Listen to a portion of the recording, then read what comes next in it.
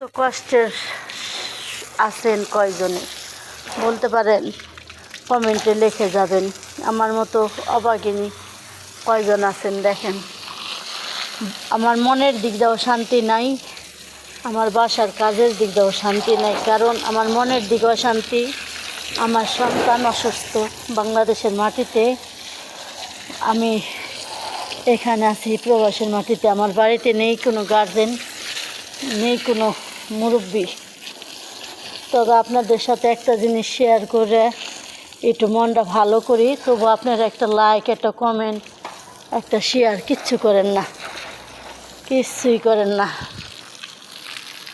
আমি মনের দিক দিয়ে অনেকটা অশান্ত আছি। যার সন্তান অসুস্থ থাকে তার মার মন কি হইতে পারে বলতে পারেন? যে মা সেই বলতে পারবেন।